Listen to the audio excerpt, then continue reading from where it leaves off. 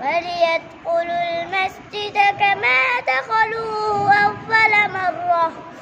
أول مرة وليتبروا ما علوا تتبيرا. عسى ربكم أن يرحمكم فإن عدتم عدنا وجعلنا جهنم للكافرين حصيرا. آمنت بالله صدق الله العظيم.